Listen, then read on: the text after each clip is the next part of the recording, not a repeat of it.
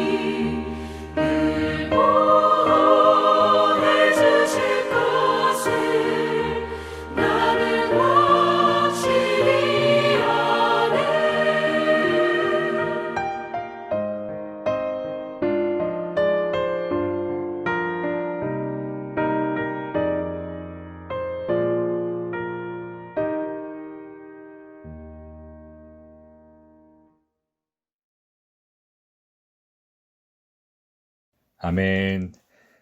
이 아침에 함께 나눌 말씀은 로마서 11장 1절에서 6절입니다. 제가 읽겠습니다. 그러므로 내가 말하노니 하나님이 자기 백성을 버리셨느냐? 그럴 수 없느니라. 나도 이스라엘인이요 아브라함의 씨에서 난 자요 베냐민 지파라. 하나님이 그 미리 아신 자기 백성을 버리지 아니하셨나니 너희가 성경이 엘리야를 가리켜 말한 것을 알지 못하느냐. 그가 이스라엘을 하나님께 고발하되 주여 그들이 주의 선지자들을 죽였으며 주의 제단들을 헐어버렸고 나만 남았는데 내 목숨도 찼나이다 하니 그에게 하신 대답이 무엇이냐. 내가 나를 위하여 바알에게 무릎을 꿇지 아니한 사람 7,000명을 남겨 두었다 하셨으니 그런즉 이와 같이 지금도 은혜로 택하심을 따라 남은 자가 있느니라. 만일 은혜로 된 것이면 행위로 말미암지 않음이니 그렇지 않으면 은혜가 은혜되지 못하느니라. 아멘. 지난주 금요일 오늘의 말씀에서 누가복음 15장에 나오는 잃은 아들을 되찾은 아버지의 비유를 말씀드렸습니다. 기다리고 기다리던 둘째 아들이 드디어 집에 돌아왔습니다. 아직 거리가 멀지만 아버지는 돌아오는 아들의 모습을 보고 너무 기뻐 달려갑니다. 아버지는 기뻐 달려가 그 아들을 안고 입을 맞추었습니다. 가장 좋은 옷을 입히고 손에 가락지를 끼우고 발에 신을 신겨 주었습니다. 그리고 기쁨을 나누기 위해 큰 잔치를 배설합니다. 또 살찐 송아지도 아낌없이 잡습니다. 그런데 예상치 못한 일이 일어났습니다. 큰 아들이 크게 화가 났습니다. 집 밖에 서서 잔치에 들어오지 않습니다. 그래서 아버지가 직접 나와 큰 아들을 따뜻한 말로 권면합니다. 그런데 도리어 큰 아들은 아버지께 대듭니다. 자신에게는 평소 염소새끼 한 마리 준 적 없으면서 아버지의 재산을 탕진한 동생을 위해서는 살찐 송아지를 잡았다고 원망하고 있습니다. 사랑하는 성도 여러분, 자신에게 항의하는 큰 아들을 아버지는 어떻게 대했나요? 큰 아들의 태도는 분명 아버지에게 무례했습니다. 당연히 이러한 아들은 집에서 내쫓아야 합니다. 성도 여러분, 그러나 아버지는 어떻게 반응합니까? 영어 성경에서는 아버지가 아들을 향해 My son이라고 부릅니다. 참 놀랍게도 아버지는 부드러운 목소리로 자신의 큰 아들을 부릅니다. 그리고 설득합니다. 왜냐하면 아버지는 큰 아들도 결코 포기할 수 없기 때문입니다. 우리는 여기에서 이스라엘을 향한 하나님의 사랑을 볼 수 있습니다. 이스라엘, 큰 아들과 같이 하나님을 반역했습니다. 스스로 율법을 지키면서 자신의 의로움을 말합니다. 아버지의 명을 단 한 번도 어긴 적 없다는 큰 아들과 사실 다를 바 없습니다. 아버지의 긍휼, 아버지의 자비를 거부합니다. 이스라엘은 우리를 구원하기 위해 이 땅에 오신 우리 주 예수 그리스도를 거절했습니다. 그러나 하나님께서는 그 이스라엘을 포기할 수 없었습니다.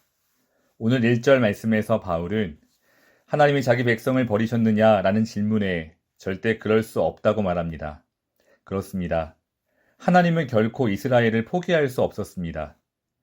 바울은 오늘 본문에서 하나님께서 이스라엘을 결코 포기하지 않으셨다는 증거를 제시하고 있습니다. 첫 번째 증거는 바로 바울 자신입니다. 바울은 말합니다. 나도 이스라엘 사람이고 아브라함의 씨에서 난 자이며 또 베냐민 지파이다. 그렇습니다. 지금 바울은 이방인을 위한 사도로 부름을 받고 그 복음을 증거하고 있습니다. 하지만 바울도 이스라엘 사람이었습니다. 더욱이 바울의 이력을 보면 더 놀랍습니다. 바울은 유대교의 열심을 가지고 예수님을 믿는 그리스도인들을 심히 핍박했습니다. 그럼에도 불구하고 그 박해자, 핍박자 바울을 하나님께서 불러주셨습니다. 그래서 바울이 예수님을 위한 이방인의 사도가 되었습니다. 사랑하는 성도 여러분, 하나님께서 결코 이스라엘을 포기하지 않으셨다는 이보다 더 확실한 증거가 있을까요? 둘째, 하나님께서는 그 미리 아신 자기 백성을 결코 버리실 수 없습니다. 2절에서 바울은 하나님께서 그 미리 아신 자기 백성을 버리지 않으신다고 말합니다. 이미 바울은 로마서 8장 29절과 30절에서 이렇게 말했습니다. 하나님이 미리 아신 자들을 또한 그 아들의 형상을 본받게 하기 위하여 미리 정하셨으니 이는 그로 많은 형제 중에서 맏아들이 되게 하려 하심이니라. 또 미리 정하신 그들을 또한 부르시고 부르신 그들을 또한 의롭다 하시고 의롭다 하신 그들을 또한 영화롭게 하셨느니라. 아멘. 사랑하는 성도 여러분, 하나님께서는 미리 하신 백성을 분명 그 영광에 이를 때까지 인도해 가시는 줄 믿습니다. 하나님께서 이스라엘을 결코 포기하지 않으셨다는 세 번째 증거는 바로 엘리야입니다. 교우들께서 아시는 바와 같이 엘리야는 북이스라엘에서 활동한 선지자입니다. 북이스라엘은 아하 왕과 그 아내 이세벨의 통치 아래 바알 숭배가 성행했습니다. 그래서 엘리야는 하나님을 향해 탄식합니다. 3절을 읽어보시면 주여 그들이 주의 선지자들을 죽였으며 주의 제단들을 헐어버렸고 나만 남았는데 내 목숨도 찼나이다 하니 아멘. 그런데 탄식하는 엘리야를 향해 하나님께서 이렇게 말씀하십니다. 아직 바알에게 무릎을 꿇지 아니한 사람 7,000명을 내가 남겨두었다. 그렇습니다. 엘리야의 눈에는 북이스라엘 모든 사람이 타락하고 바알 숭배에 빠진 듯 보였습니다. 하지만 그 가운데 무려 7,000명의 남은 자가 있었습니다. 이처럼 하나님께서는 지금도 하나님의 사람을 보호하고 또한 남겨두시는 줄 믿습니다. 실제로 사도행전 21장 20절을 보시면 이스라엘 교회의 지도자였던 야고보는 바울과 그 일행에게 이렇게 말합니다. 그들이 듣고 하나님께 영광을 돌리고 바울더러 이르되 형제여 그대도 보는 바에 유대인 중에 믿는 자 수만 명이 있으니 다 율법의 열성을 가진 자라. 아멘. 유대인 중에도 믿는 자가 수만 명이 있었습니다. 성도 여러분, 이처럼 하나님께서는 어디에서나 그리고 어느 시대나 자신의 백성, 자신의 자녀를 남겨두시고 보호하시는 줄 믿습니다. 이 모두는 하나님의 은혜의 결과입니다. 5절을 보시면 그런즉 이와 같이 지금도 은혜로 택하심을 따라 남은 자가 있느니라. 아멘. 그렇습니다.